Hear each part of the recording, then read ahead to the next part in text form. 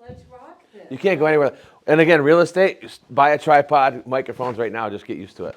Thank Just you. part of, If just, he's not recording, that's right. Not a QR code. That's right. If there's not a QR code and I'm not recording, it's not me. It's a false, there's Right. somebody it's not me, yes. Absolutely. And 100%. so I didn't give you the showstopper introduction where I'm That's just- okay.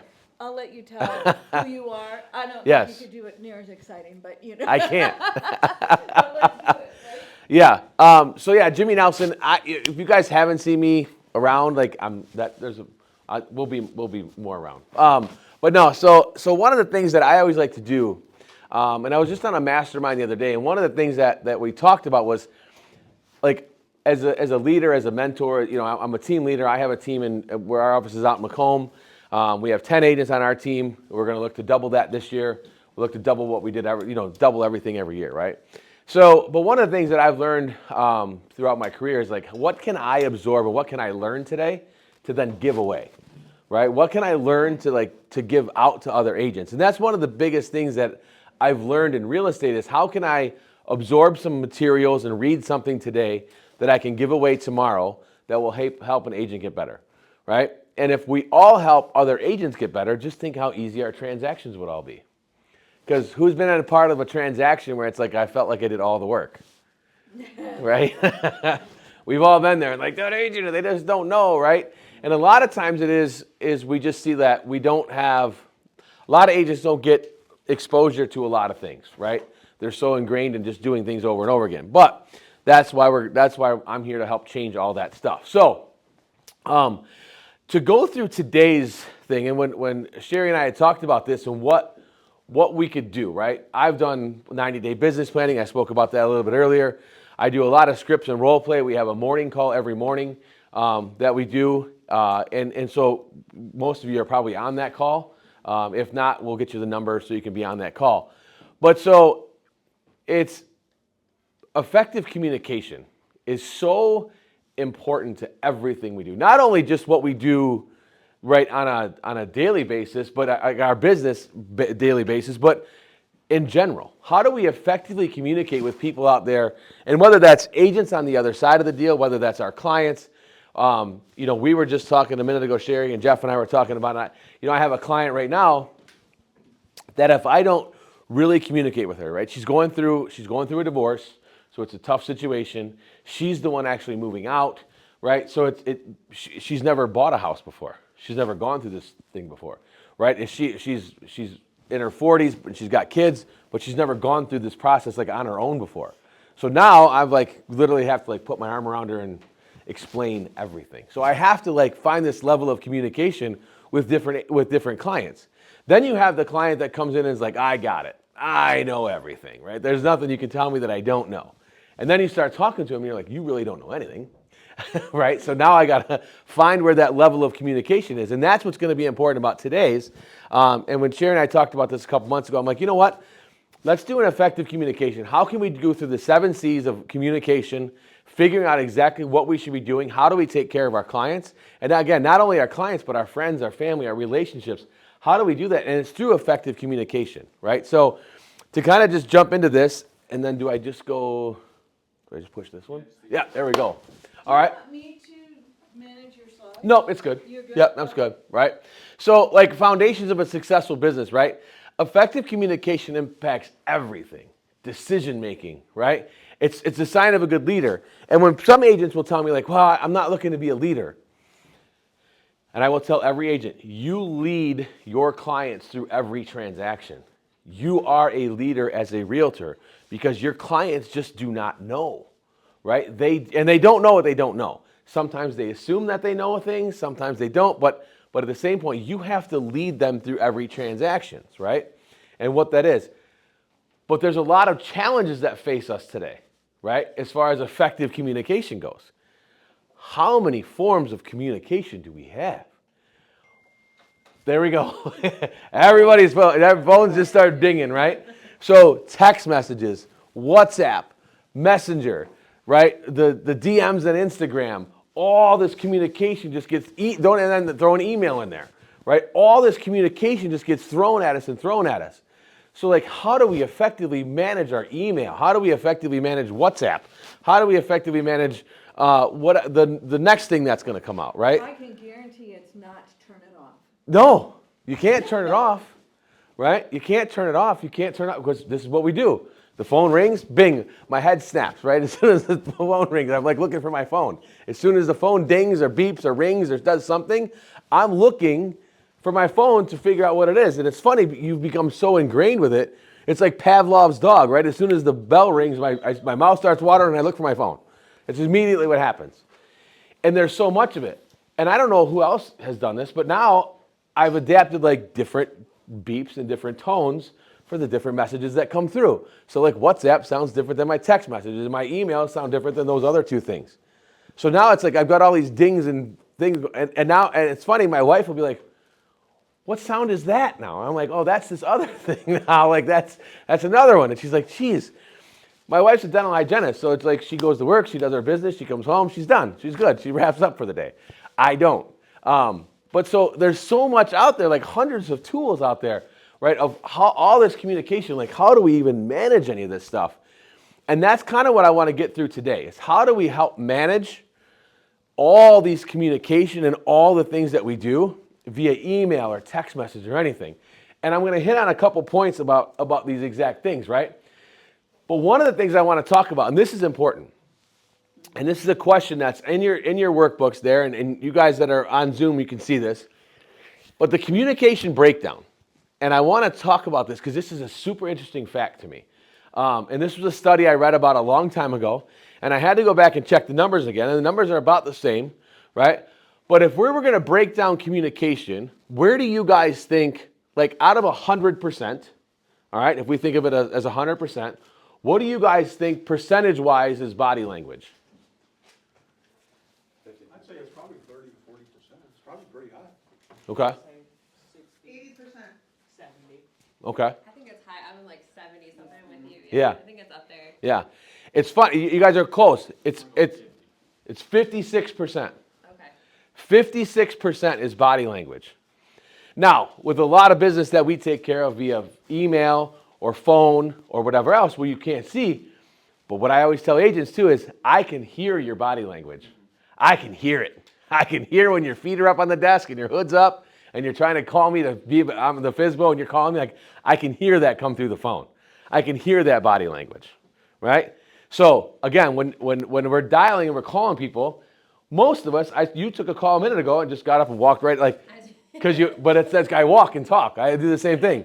I walk and talk. I can't stand still and talk. If I'm sitting down, I get up, depending on the conversation. But if it's a conversation about business, I'm a walker, right? So, and typically, like in my office, I coached high school basketball for 25 years. So I'm a basketball guy. So in my office, I usually keep a basketball there too. So I'll be tossing it back and forth or something when I'm on the phone prospecting or dialing because it just gives me something else to do. So the second one, tone. What do we think tone? Where do we think tone falls in?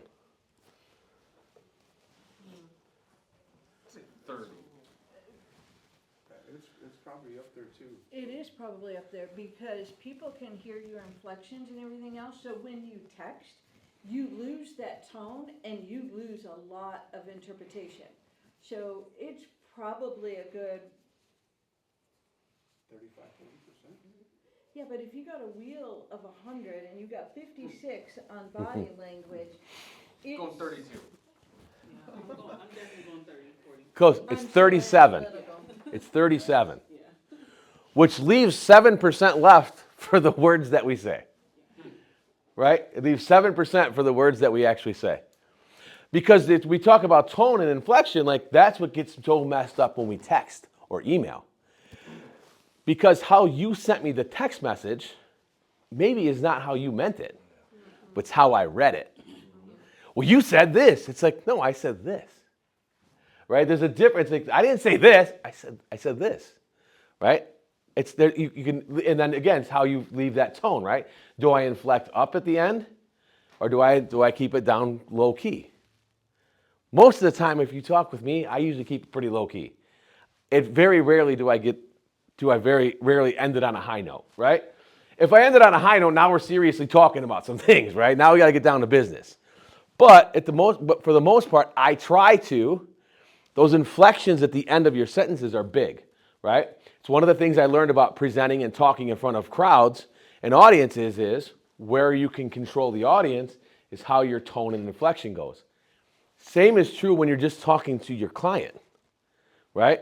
And that's what gets so hard when we talk about breaking down communication is when we're texting, because it's how I interpret your text message. It's not how you meant to send it, right? It's when somebody texts in all caps. Well, they're yelling at me.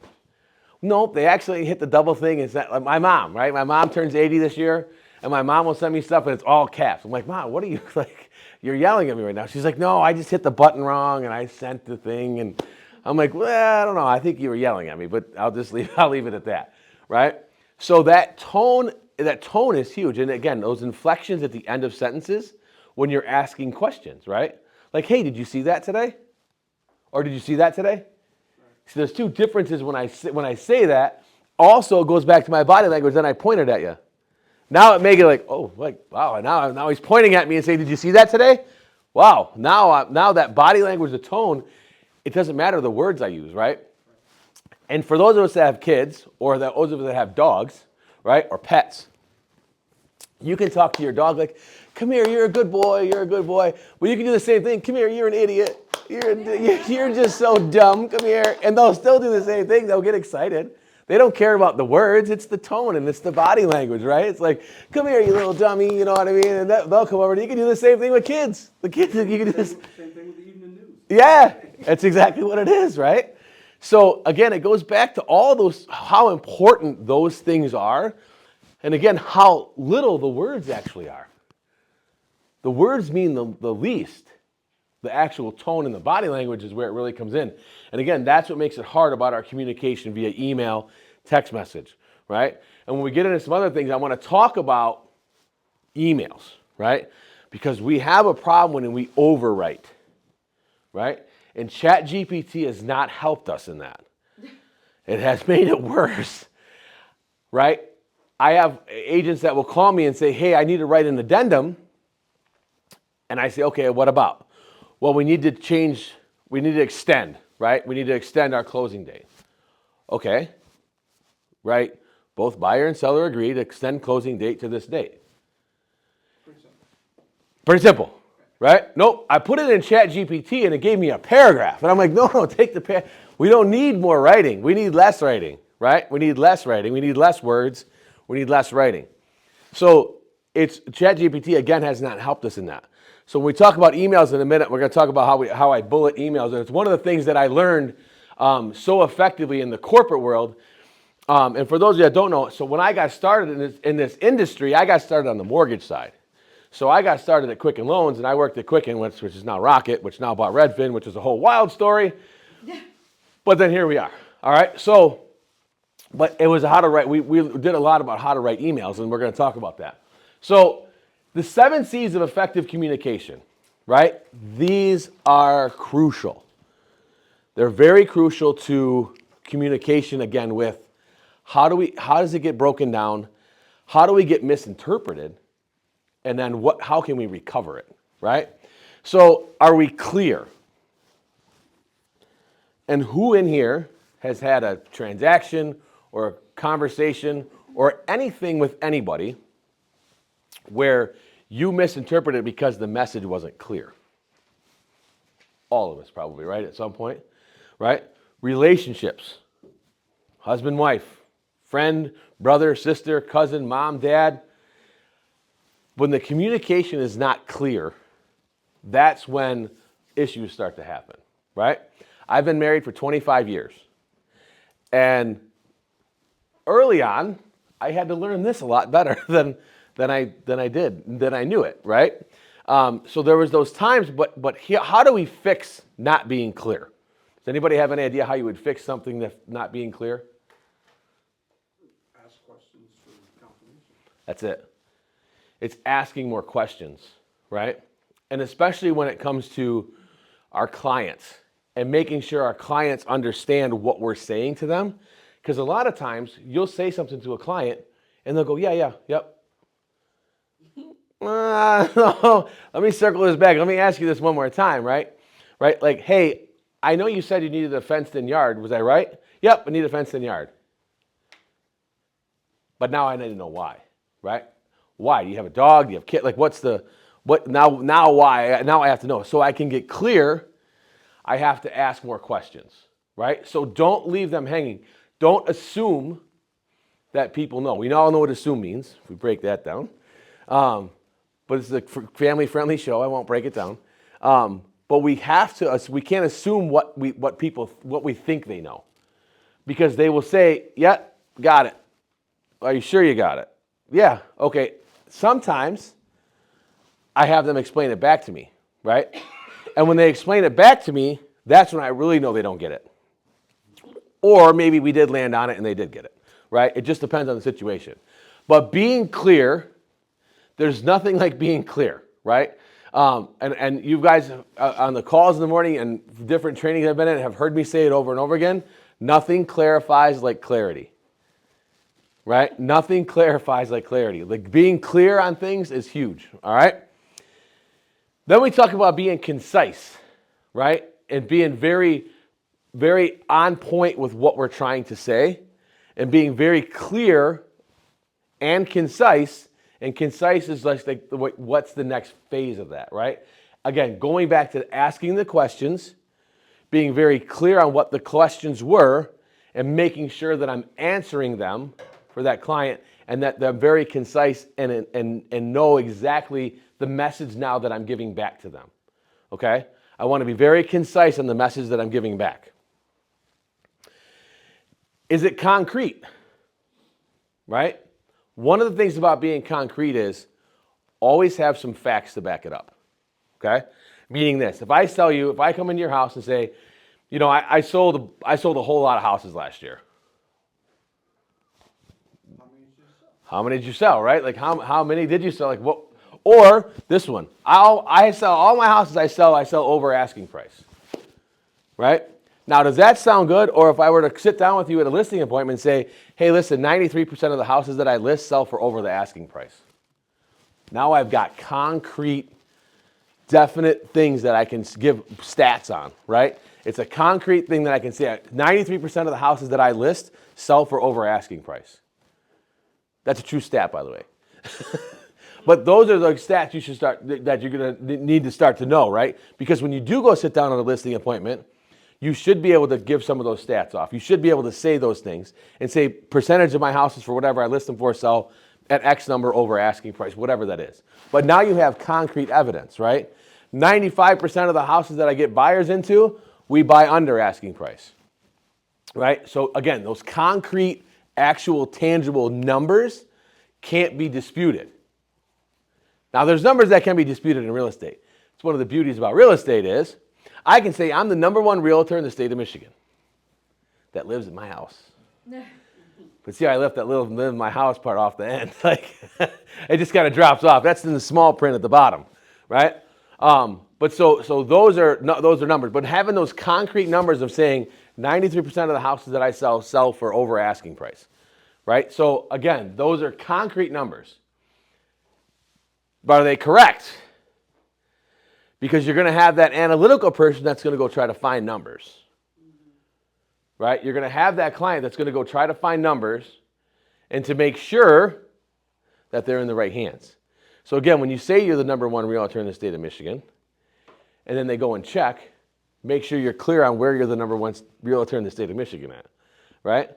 We've had, you guys have all seen the social media stuff, teams and everybody else how many #1 teams are there in the state of Michigan though? I mean, there's a lot. Yeah, they're all the #1 team. My team's the #1 team in the state of Michigan, right? There's a lot of number one things. The radio ads, right? If you listen to 97.1 The Ticket, right? The #1 realtor in the state of Michigan for the last 35 years. I'm like, really? I don't know.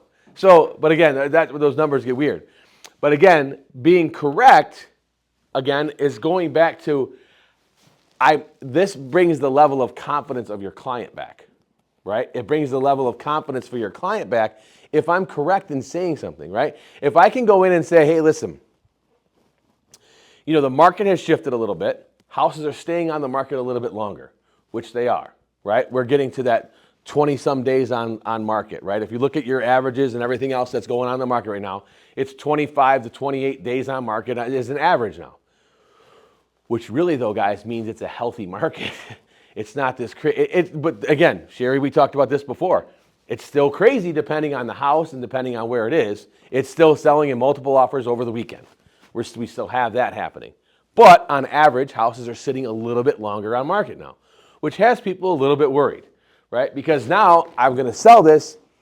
The funny thing is people worried about putting their house up for sale and it selling too fast.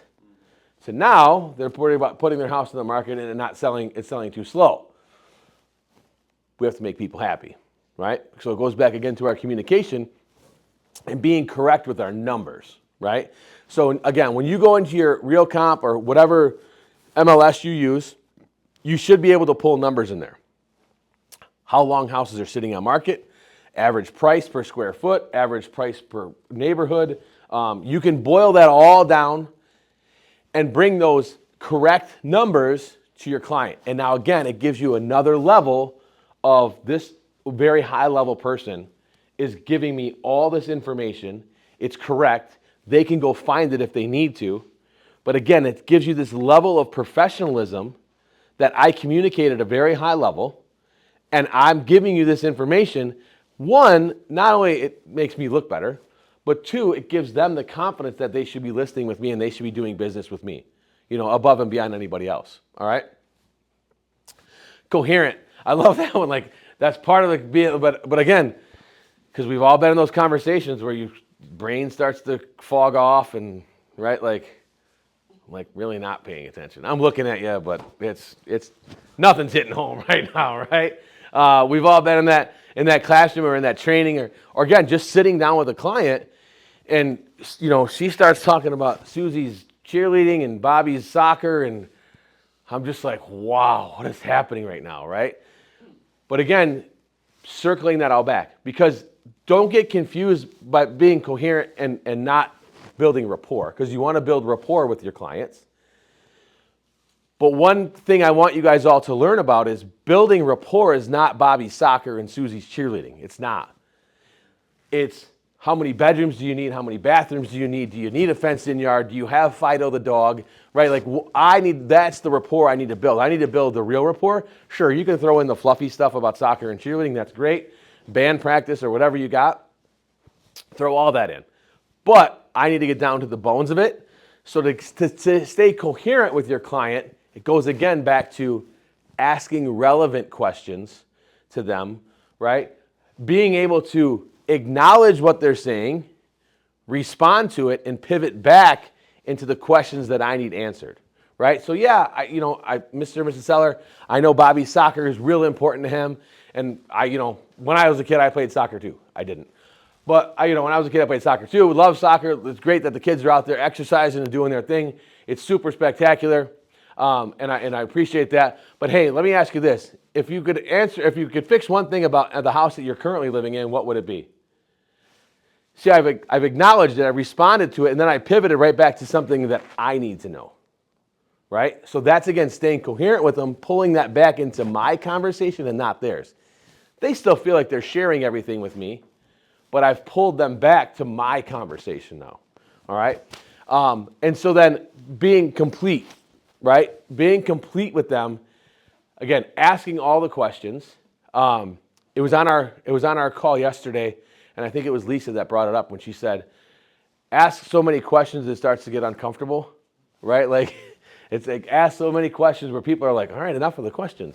Like, then you've got your answers, right? So, but it's completing that conversation and saying, hey, and then as you're wrapping up the conversation, is there anything we've missed? Mr. and Mrs. Seller, we went through Bobby's soccer, and we know how many bedrooms you want. We know that you want an updated kitchen. We know you want the island. We know you want 2 bathrooms. We know you want a finished basement, the garage, the fenced-in yard for Fido, all those things. Is there anything I've missed at this point? And then you'll watch their wheels spin a little bit, smoke come out of their ears a little bit because you've just overwhelmed them with all the information that you have, right? And now let's put it back on them. But at that point, then I ask a second time. If they're like, no, I think we're good. You said you think we're good. Are we actually good? right? Are we actually good? Is this all the things that you're looking for? Is this all the things that you need? To complete that, then to be finished and wrap that up, put a nice little bow on it, right? And courteous, right? I mean, that one seems pretty simple. But, common sense isn't all that common. And so being courteous, right? It's showing empathy, right? Like I said, not all transactions are happy transactions, right? Like I said, I'm dealing with a client right now. She's going through a divorce. She's moving out of the house. He's staying in the house. So it's not all, this whole transaction's been really hard. And I know what she's doing. She's delaying this because she wasn't the one that wanted this. So she's trying to, I'm like, but then I talked to the husband because my kid actually does play soccer with him. So it's like, there's a whole other aspect of me being involved in this. But, so not everyone's easy. I sold 7 houses I listed and sold more than that, but 7 of the houses that I listed last year were all because of a parent's death, right? I'm 51. All my friends are 51. Our parents are in their 80s, 90s. It's that time. It's this cycle of life, right? We went through the wedding cycle. We went through the kid cycle. Now we're going through the parents passing away cycle. It's just part of. There was a divorce cycle in the middle there somewhere. But that's the cycle. It's the cycle of life. So again, not all of them are exciting. So again, being courteous, showing empathy. You guys know all too well, cleaning stuff out and getting rid of stuff, that's hard on families. That's super hard on families to, what do we keep? What do we get rid of? You get some people that are just like, take it all. Get rid of everything. We don't want any of this stuff. And then you got some that are like, they're holding on to a piece of paper from 1974. It's like, well, it's, whatever. You gotta be happy, right? So again, it's being empathetic with them because not every transaction is super exciting. So Being a solutions provider. Yes, and being a solutions provider. And I gotta say too, careful on the cartwheels on closing day. Might go outside, do a cartwheel, and then come back in. Don't be so excited on closing day. But showing empathy, being that solutions provider, finding out how you can help them as much as you possibly can. That's the key to being courteous, right? I know being courteous sounds pretty simple, and sometimes it's not. Especially when we're talking about agents on the other side. Sometimes agents on the other side, I'm like, I get you, man, but I am not happy with you right now. Yeah, any of us that's been in the business for more than a few years knows courteous is sometimes a challenge. It is. Sometimes being courteous is a challenge. But what you always have to remember is that client or that agent, especially if, our niche areas that we work in, right? We're downriver, right? So the niche areas that we work in, that's not the only transaction you're probably going to do with that agent. There's probably going to be another one that comes up somewhere that you're going to want to get your offer accepted. And if you're not courteous, it's going to be tougher to get that offer accepted. Now, I will tell you that, our laws and morals tell us that we don't think about those things. Yeah, it doesn't make a difference. But we all know it does. Here's an offer, when you get an offer in from that person, here's an offer. Put them right at the bottom of the pile, right? So just being courteous and being kind to people sometimes is hard, right? But again, think about the future client that you're going to have to get that offer accepted from that agent again, right? And again, same thing with you. You might be on the list side, and this buyer's agent's a pain in the neck. But eventually that might flip, where they're the list agent, and now you're the buyer agent, and now that has to come back to fruition. So just be cautious, be courteous with agents. And again, not everybody knows what we know, and not everybody's trained like we're trained, and not everybody gets all the things that we get. So it's hard out there sometimes because we all know typically, and the reason that I like to do what I do, and I kind of alluded this earlier, is a lot of agents go get their license and they join a brokerage and they're like, here's some scripts and here's a phone. Set some appointments. And that's it. That's the training they get, right? That's it. That's the only thing they get. And so then when they actually do get a deal, then they have to come back to their broker, and their broker's too busy, and all the things that happen, they just don't know what they don't know, right? So again, be courteous with them. The 7 C's are super important, and putting them all together is very important, right? And Nothing clarifies like clarity, right? Slow down. It's one of the hardest things that we all do. But I want to put this in here, right? People process information faster when the message is clear, but avoid the fluff in like the slang language. Like, just avoid because again, I don't have time for it, right? This is where I want to talk about emails, right? Emails, again, people overwrite and people over-explain and they over-type on emails all the time. Bullet your emails. Should be like one sentences, right? Same thing we were talking about with the addendums. Just hit me with it. Don't give me all the fluff stuff. Just hit me with what it is in the email. Let me get through that email. And people have called me and said, well, your email was very short and direct. I'm like, yep. I'm not writing you a novel, right? Like, I'm just going here. Here's the thing. Boom, bang, done. We're out. I'm on to the next email, right? So again, short, direct emails are the simplest form of communication as far as emails go. Think about your emails like you do your text messages. It's the same communication. You're just typing it out and sending it via email. And crap, you're probably doing it on your phone anyway, just like you are your text messages. So, the one that gets me too with text messages, and I'm going to come back to emails, but the one that gets me with text messages, the one line that goes ding, ding, ding, ding. I'm like, put it all in one, man. Like, put it all in one, send it all at one time. But this is an age factor for me, right? This is an age thing, right? Oh man. But no, emails are super important. And again, just get direct to the point, bullet it, send it out, and be done with it. You know what I mean? Send it out, be done with it, and go from there. But so avoid the fluff. And the same thing when you're communicating with your client. Don't over talk. Under talk. Ask more questions. Remember, the more your client is talking, and again in negotiation, the more the other agent is talking, the better position you're in. Because they will give you all the information you want. You just have to let them answer it.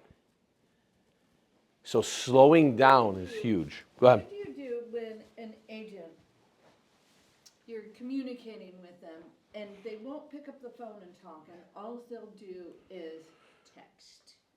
And so much can be lost with miscommunication, right?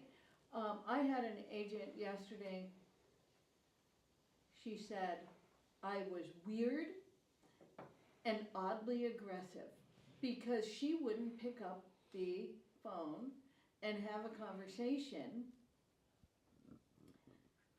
and she put me defensive because the way she was like, and we're negotiating, Yeah.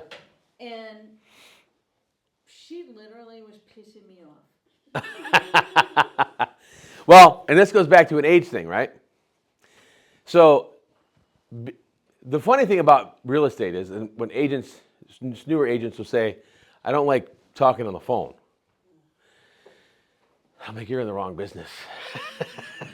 But, right, I get it. So one thing I've done in the past too is just texted them and said, hey, let me know when you have 5 minutes for a quick phone call. I don't want this to be misunderstood. And that's like literally the text I said. Because I put it back on me, right? I put it back on me. It goes back to being courteous. Like, I just want to make sure I'm not being misunderstood, right? It's that whole high school breakup thing. It's not you, it's me, right? Yeah. It's the 8th grade breakup. It's not you, it's me. It's, it's what it is. But yeah, I put it back on me. I just want to make sure I don't want to be misunderstood, and I want to make sure my message is clear.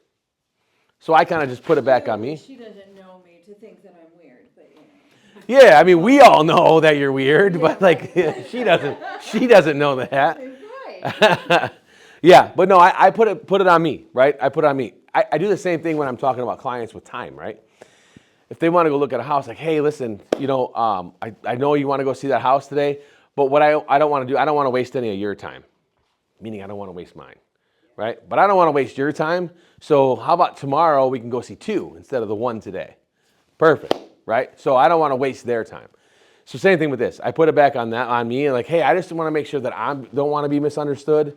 Let me know when you have 5 minutes for a quick phone call. That's all it's going to take. And usually that will re-engage them. But some people just don't like talking on the phone, right? Like, I look at I have a son he'll be 21 next month, and I'm just like, buddy, like, pick up the phone. Like, just pick it up. Like, it's okay. Yeah, there's so much, so personally, right? I think, maybe I'm old school, but one-liners can be text, Mm-hmm. right? Having a conversation, there's some things that should be by a conversation. Like, this is too much to type. I'm just gonna pick up the phone and call, Yes. right? And that goes further. Yep. And then if you have to get like really, really detailed or whatever, put it in, an email and think it all out. Make sure you have everything and bullet points because you got 30 seconds, Yeah. like a resume. But sometimes some forms of communication are better than others. And just as a learning point, when you're working with other agents, remember that you're going to be in front of them again. Don't tell them they're weird and oddly aggressive. Correct. Because, you're not doing yourself any favors because when you're on opposite sides of the table again, it's not going to be pretty. That goes back to being courteous, right? That goes back to being courteous. But and to your point, here's the other thing. I stick to a rule of 3 with emails and text messages. Really, it's kind of like the thing. If you email me, and I email you back, and you email me again, and we haven't solved that, I got to pick up the phone. Yeah. Now we got to have a conversation because something's missing. You know what I mean? Like same thing with a text message. If you text me and I text you and you text me back and we're still talking about the same thing, like now I got to pick up the phone, right? And I will tell all agents that if it's a rule of 3. If we can't solve this in 3 text messages or 3 emails, now we need to talk. Like we need to have a conversation because again, it's nothing against anybody. We weren't being clear, right? We weren't being clear or concise on this because now we've done it 3 times. Now this could just keep, now it's like a tennis match. Now it's like email. Like, oh, stop with the email, pick up the phone, right? So a rule of 3 is one thing I stick firmly with because again, we get so many emails and we get so many text messages when a transaction is happening because what the client doesn't realize is how much we're getting bombarded with. We've got the lender, we've got the other agent, right? We've got title, we've got underwriters, we've got all this stuff that's hitting us in the face, and we're like, and then when the client texts us once, we're like, stop texting me, like, and they only texted you once. You got 4 text messages because title, insurance, like everybody else texted you. Now the client texts you once, and that's like the easy target, right? So again, be careful when that happens. But the rule of 3, like if the text message goes back 3 times and I don't have an answer, pick up the phone. Like make the call, be clear and concise with it, because you're not correct at that point. Something is not correct with that, so be clear and concise with it. Just pick up the phone and have a conversation, because now I can get those questions answered, and get rid of all that stuff. But again, it kind of comes back to slowing down too. And I'll tell you this about communication, because I felt myself just do it right there. If I think I'm talking too fast, I'm going way too fast. Right? Because I'm pretty conscious about it. And if, like right then at that moment, I just felt myself going pretty fast. So now I know in my head I need to like pause, think, and act. I need to slow it back down, rewind a little bit. Because then but then what happens, you get passionate about things and you start talking faster and I'm the same way, yeah. I'm a fast talker. Yeah. I always need to- I'm loud and I'm fast. And then some people are like, whoa, like too much, right? So again, I try to be conscious of that.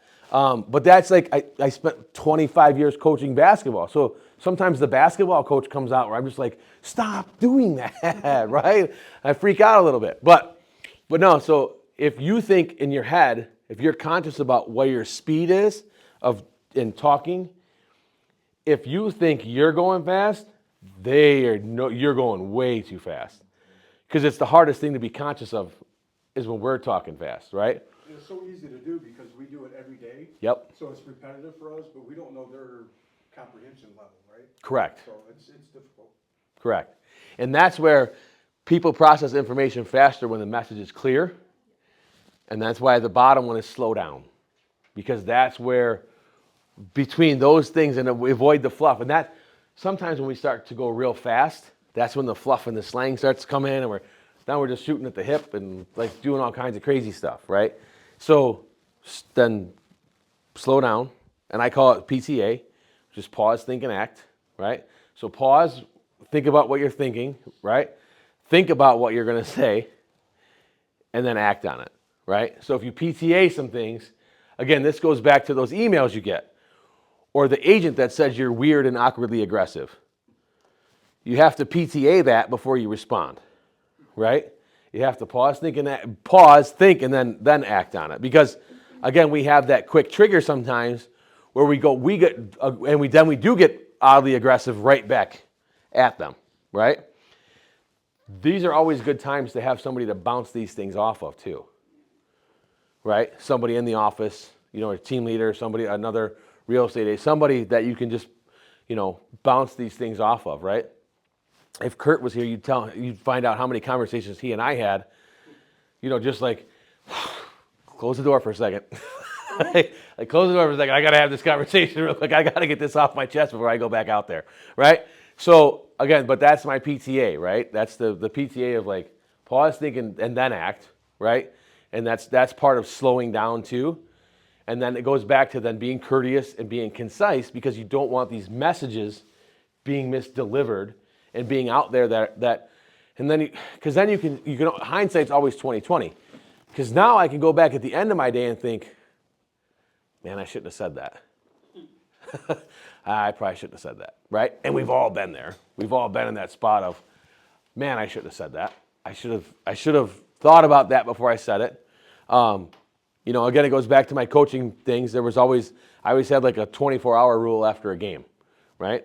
Like I didn't want parents or anybody else talking to me about that game for 24 hours. Because now you can pause, think, and act about it. You can slow down and go, well, I was emotionally involved at that time, and maybe it wasn't as bad as I thought, right? Now it's not as bad as I thought it was, because I thought about it, and I slowed down, and I made sure I was conscious of what my next words were, as opposed to just flying off the handle, right? And saying the wrong things and saying the wrong things and things that sometimes we don't even really mean, right? It goes, again, we talk about like going back to having a conversation with the spouse, right? Well, 3 years ago you said this. Like, whoa, man! Like you've been holding that for 3 years. Like, wow, that's a lot. That's a lot right now. But it's there, because we let stuff boil over. We don't get it out right away, and so we let stuff boil over, and we do the same thing inside of a real estate transaction, right? Agent didn't send us documents on time, and now we're delayed, right? Just let them know right then, like, hey, man, totally get it. You were a little bit late on that stuff. If there's anything you need in the future from me, let me know how I can help. Because maybe I can take something off of their plate, right? Maybe I can take something off their plate, make it a little bit easier for them. So slowing down is a huge piece of all of our communication, right? Again, short and impactful, right? So this goes back to our wording, right? The example. Instead of due to the fact that, just write because. You know what I mean? Like in an email. Like if you're going to write due to the fact that, you sent this over late, hey man, because you sent that thing over late, that's why we're delayed right now. That's it. I just need to know the basics of it, right? Don't overthink it. Don't overdo it, right? Eliminate unnecessary words, right? Keep your meanings the same, obviously, but eliminate some of those fluff, unnecessary words. And again, ChatGPT hasn't really helped us out in that whole thing. It's probably made it worse. They have a lot of adjectives. Oh man, they put a lot of words in there. We're not in high school Yeah. having to fill out a 500-word essay trying to stretch those words out further. Yeah. It's just like, Yeah, you can go that way. Okay, thank you so much. yeah, absolutely. But yeah, so it's just like, again, busy professionals, we don't have time for all this fluff stuff. You know what I mean? Hit me with it, let me go, right? And get on to the next thing. You don't want to accept my offer? Cool. Say, hey, I didn't accept your offer, I went with another one. Good, great, I'm out. I'm going to the next one. There's no need to get upset about it. It just wasn't the right offer, right? And I've had it before too, where my offer was probably better than the one they accepted. We've all probably had that, right? But again, it goes back to what message did we give them to give to their client, right? Did you write an email and bullet everything out. Make it real nice and easy for them to read, right? I do that. Every offer I write comes with the same email. It's the same email template I use for every offer I send over, right? And it's the same thing. I CC my lender on it. It's the same email, and I literally break down what the price is we're offering, and then if we're doing over asking, if it's guarantee, appraisal guarantees, inspection time, what title company I'm using. It's all broken down inside of the email, and then I attach all the documents. So who's here had a listing, or who on Zoom's had a listing where they just sent over the .loop link with the offer? I'm like, so now I got to go into .loop and pull out your offer. I don't do it. I send it back to them and say, please send Yeah. it on a link or on I say a nothing. PDF. No PDF is attached, that's how I Yeah. respond. Yeah, that's what I do, because I'm like, I'm not doing that. I'm not.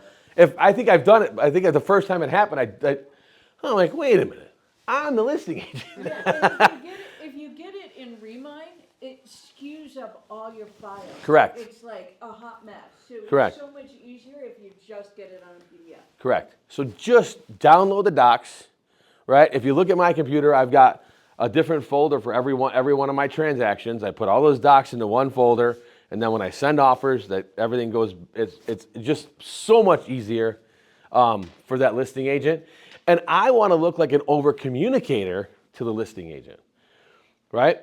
If you're going to go out and show a house, I'm going to call the listing agent and say, hey, I'm going to show your house at 123 Main Street today. Anything you can tell me about it right now. If they're like, no, I just hit the market, whatever. Cool, thank you very much. Now, if I go and see it, my client's really interested, on the way home, I'm going to call that agent again. Hey, we just showed your house at 123 Main Street. I know we just talked a little while ago, but I want to let you know my client's very interested in it. We're going to talk about a few things. I'll possibly be sending you an offer over later today. Great. Let them go. Then when I go and I work out the offer with my client, and we are going to actually write an offer, then we work out the offer. I explain everything. I get it all broken down how I want it. I call them, say, hey, I'm writing up an offer right now. I got it ready to send for you. I'm going to put everything in an email for you. But here's what I'm going to do. I'm going to go high level for you. We're going to offer, $250,000. We're going to be able to close within, 20 days. We're going to do an inspection within the next 5. We have an appraisal guarantee of $10,000 over. And I just give them the high level overview of it. And then literally, when my email goes, it's the same high level overview. But as discussed. Yep, exactly. As we discussed. And I've taken the liberty of CCing my lender on this email. My lender is, Joe Smith, whoever your lender is. CC them on this as well. Then I get on the phone with the lender because now I'm like, hey, I just sent an offer over. I need you to call that listing agent for me. Then I have my lender call the listing agent and explain to them how well this deal is going to go and how easy and smooth this transaction is going to be.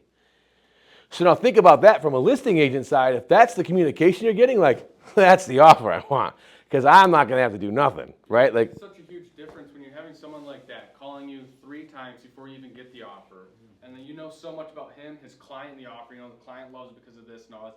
And then a couple hours before that, you just got an email that said, "Please see attached." And you just open it. You know nothing. You never Right. talk to the agent. You just have that. And if you're gonna go back to someone and counter for whatever, even a multiple offer situation, probably gonna call the person like Jimmy who called me 3 times and is willing to put in this work to get his client to come up a couple Even grand, whatever it may after be. you send the Sometimes I'll offer, forget an offer that was sent and it's just like, please see attached, without ever calling, texting, Because they anything never like called that. you or it went to your Yeah. spam. Right, Yeah, I've had that happen too. yeah.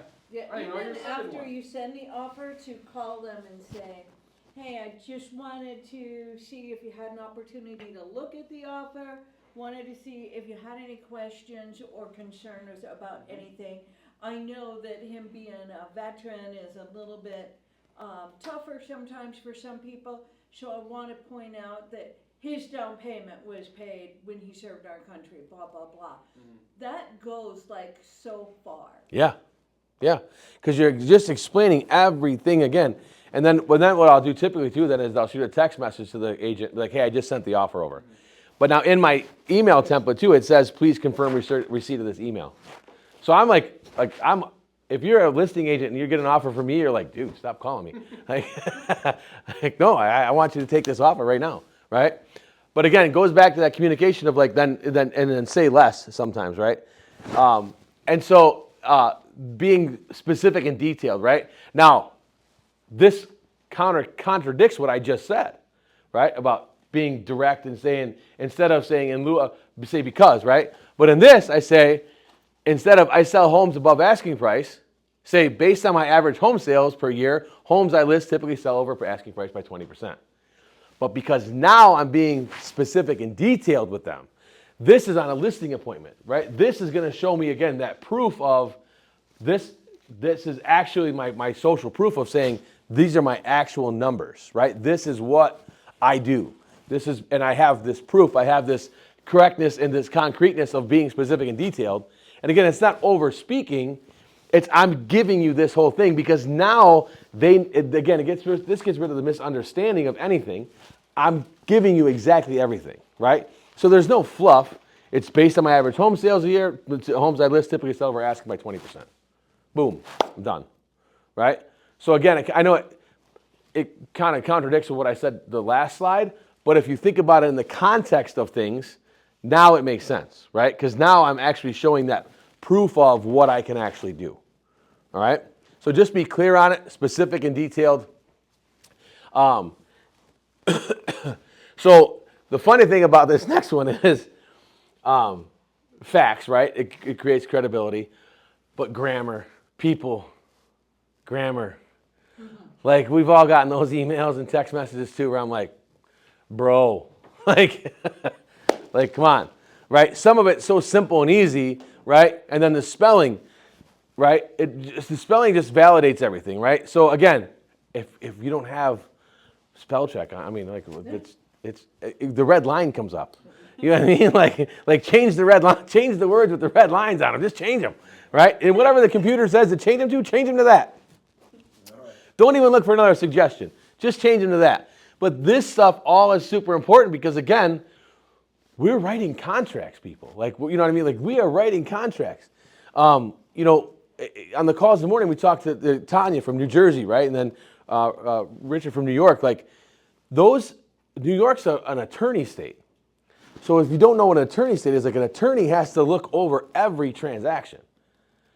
So that the realtor writes they have the contract, but then the contracts have to go to attorneys to be approved by attorneys before the home sale can actually happen. Right? That's how important these contracts are.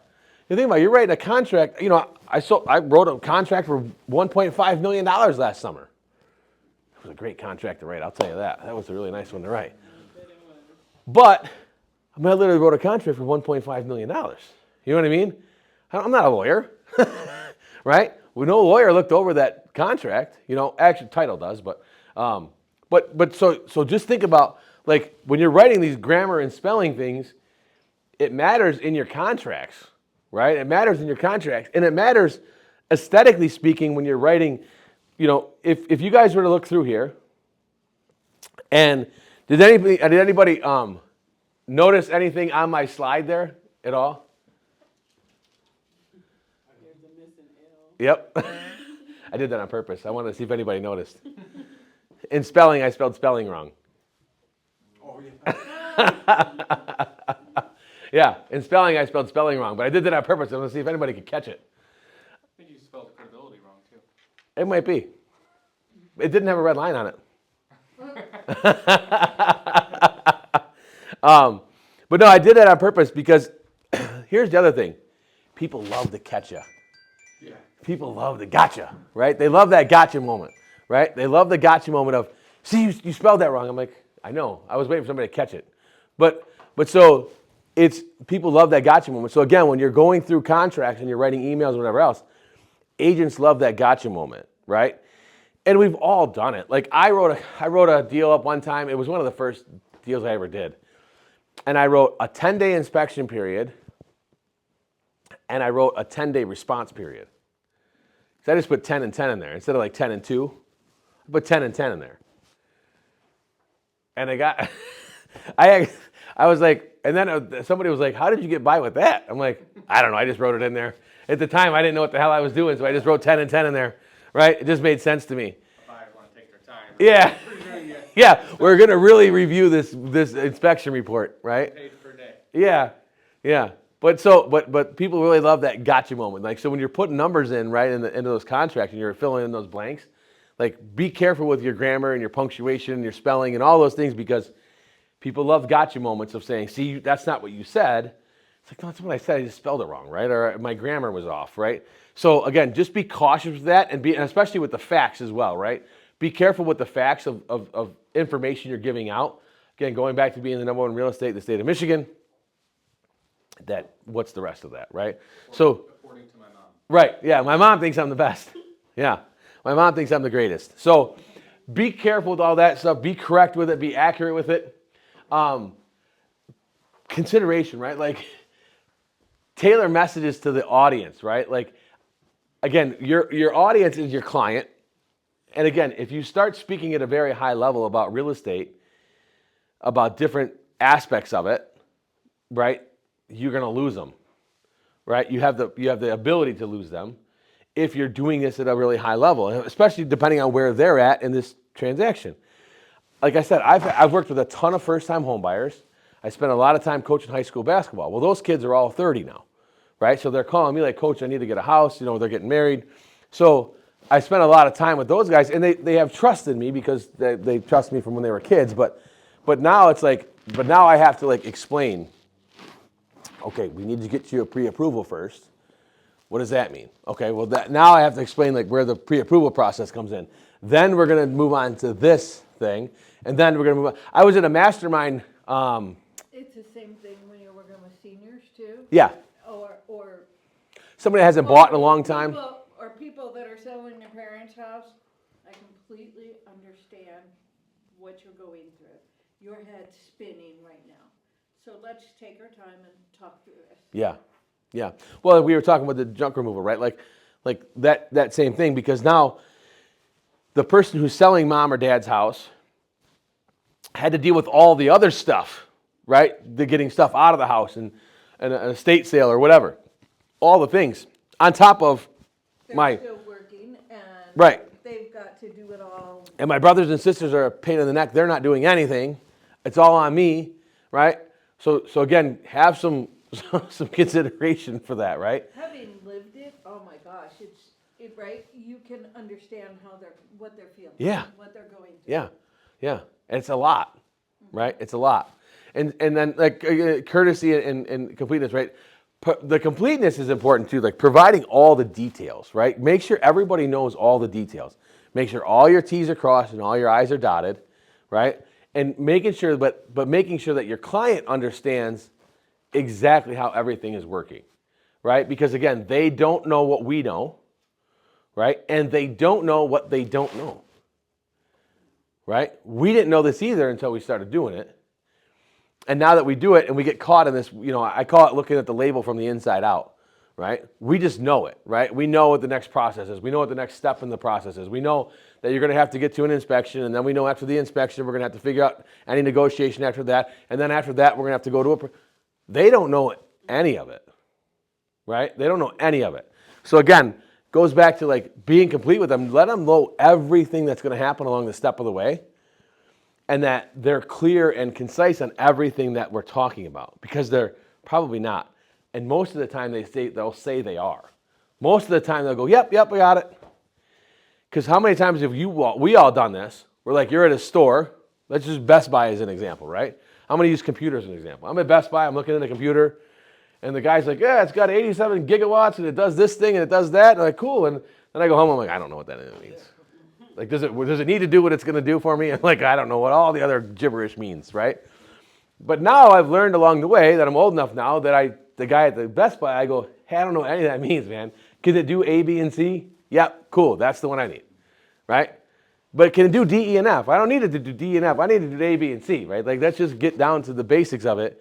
And that I just need it to do those things, right? Because I'm probably never going to use it for what all these other bonus things are for, right? Our phones, our iPhones, and they do so many things that we don't even use them, right? We don't even use probably, I bet if somebody probably doesn't use 80% of what the phone is actually capable of doing. I bet that's a very high level person that does that. So again, being clear with all those things. So this is one of the things I want you guys to start putting this stuff into practice, like this week. Like start thinking about how can I slow down, right? How can I start implementing these 7 C's, right? How can I start being a high-level communicator? How can I start being better at what I'm doing? And I want you to start like writing things down and practicing it. Like practice like, hey, I did this today, or I didn't do that today, right? Good, bad, and different, whatever it is. But start thinking about it and from a high-level perspective, right? And you'll start to see how things will start to increase for you. Like conversations will get a little bit deeper, right? Because you're asking more questions. You're slowing down. And when you slow down, people start to fill that void, right? People love to, like, we're humans. Nobody likes the awkward silence. It drives people crazy. And We putting get to take yourself advantage in, of that. Yes. putting yourself in the right rooms, right? Yep. That's kind of a big thing too, because if you listen, with both ears to the conversations that are going on around you and how they're communicating, you can learn from them.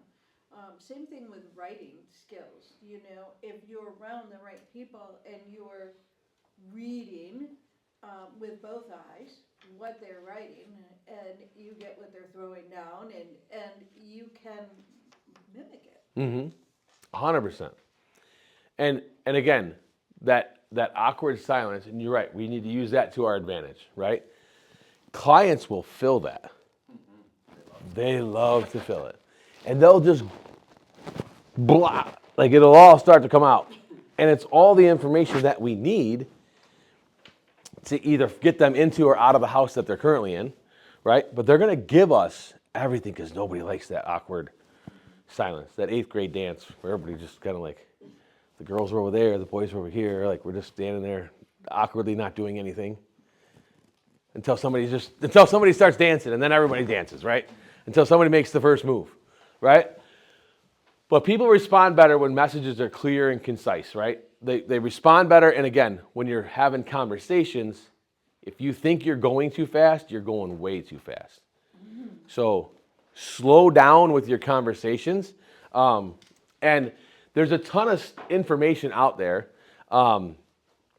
to learn about communication and all those things. There's a guy that I watch all the time, and I've really been studying him. His name is Vin Gang, I think his name. I'll make sure I get his last name correct. But he's very in tune with body language and how you, again, say these things and do these things. If anybody has seen Tony Robbins' body, like everything he does, his weird clap and all the stuff, it's all for a purpose for the audience. You know, his music, there's a Netflix special called I'm Not Your Guru. And it's all like the behind the scenes of Tony Robbins' events and how he does everything. And it's wild, the psychology that goes into his shows. Because they're shows. I mean, they're events. People get a lot out of them. I love watching Tony Robbins. But then I started looking at it from a different lens of how do you control a room? Because that's exactly what he does. And it breaks even down like his music choices, right? The music that he plays, and when he gets everybody up dancing and the lights go down and the laser beams are shooting everywhere and like all this stuff, you know, he even temperature controls his rooms. Like his rooms have to be like under 62 degrees is what he likes to keep his room at, right? So I was at an event with him in Texas, and they brought in like 6 air conditioners because it was like September in Texas, and he brought in like 6 different air conditioners, and they were under the stage in this big room because he was keeping it at 62 degrees. Like that's because he knows that's how he keeps everybody from nodding off. People don't fall asleep when it's 62 degrees because it's cold. So your attention span's a little bit higher because when it starts to get hot in a room, we all do the same thing. We all start going, oh man, I got blah, blah. You can feel it coming, right? You can feel it happening. And especially after you eat, right? You've eaten something, now it gets hot. I'm trying to write stuff, then it gets dark. That's why if you're at Tony events, usually the lights are on until he turns them off. but he likes to keep the lights on because then again, he's keeping people engaged. So there's a whole bunch of psychology to this whole thing. But again, the 7 C's of communication is huge. It will change your business, right? It will change your business. The more I've learned about communicating with people and the more books I've read and the more things I've gotten into about communicating at a high level with people changes everything, right? And again, these morning calls that we're on, if you guys aren't on them, you can join them. And that number, if you guys want the number, it's 248 803 0656. This hasn't changed, right? Nope. Yep. Yep. So that number is for that. And so, and then the last thing, this is to the My Elite Edge Network. But one of the things that we have, that we've worked on developing too, you guys can go check it out. I'll talk to you guys afterwards if you want to hear any more about it. But I worked with a couple guys that have developed this new SMS sender. It does mass text messages. So you put your clients in there, or you put, however if you're prospecting, there's a landing page involved. There's all kinds of stuff with it, and I'll talk to you guys more about it afterwards if you want to know more about it. But yeah, the Elite Real Estate Podcast, you can find that wherever you find podcasts. That's at 7:30. That's live 7:30 every Friday. So I just, again, it's just how can I provide more value, right? One of the things I've learned about communication is doing the podcast so much, right? About interviewing people. The hard part about me now is I've been asked to come on a podcast, and then it's weird for me because I'm used to asking all the questions and not getting questions asked.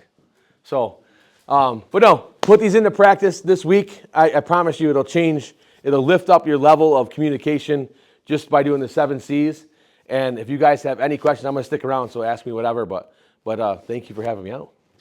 Thank you. Do you guys have any? Jimmy, you guys? Thank you guys. Does anybody have any questions on Zoom? Does anybody have questions on Zoom? No, I don't. I don't want to leave you guys out. All right. So thank you everybody for joining. Thank you, Jimmy. Yes, thank you for having me. You brought it. I We try. appreciate you. And Don't you be guys- oddly aggressive. aggressive. Yeah. Weird and aggressive. Yeah.